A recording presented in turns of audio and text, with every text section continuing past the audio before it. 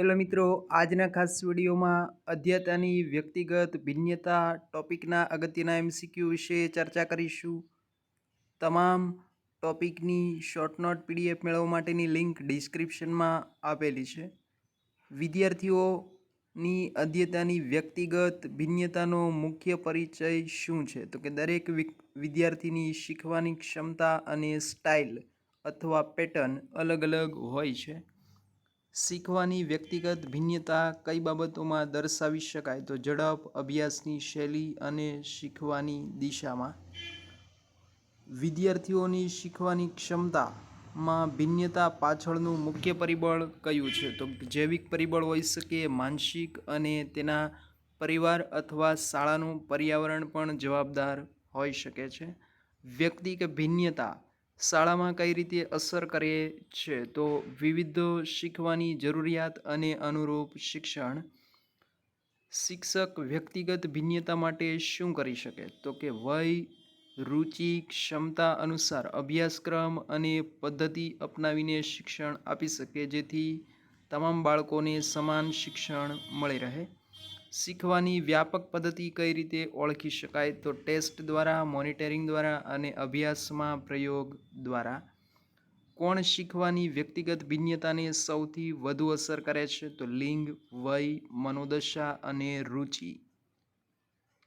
શીખવાની વય આધારિત ભિન્નતા શું દર્શાવે છે? તો વિવિધ વયના વિદ્યાર્થીઓ માટે અભ્યાસ પદ્ધતિઓ ભિન્ન હોય તે દર્શાવે છે. શીખવાની સ્પીડમાં વ્યક્તિગત ભિન્નતા શું છે? કેટલાક ઝડપથી શીખે છે અને કેટલાક ધીમું ગતિએ શીખે છે.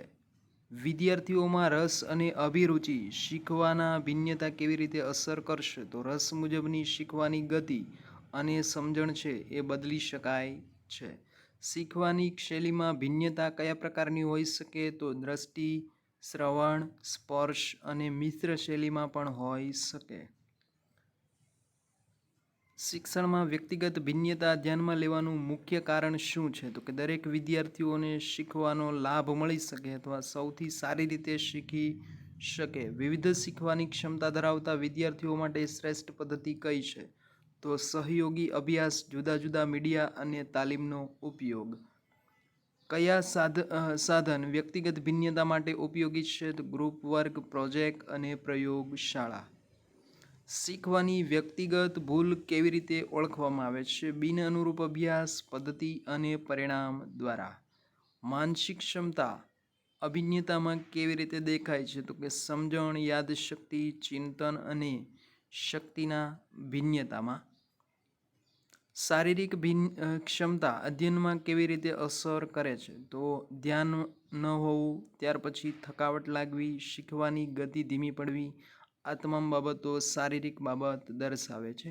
શિક્ષણ સામગ્રી સાથેની વ્યાખ્યા શું હોઈ શકે?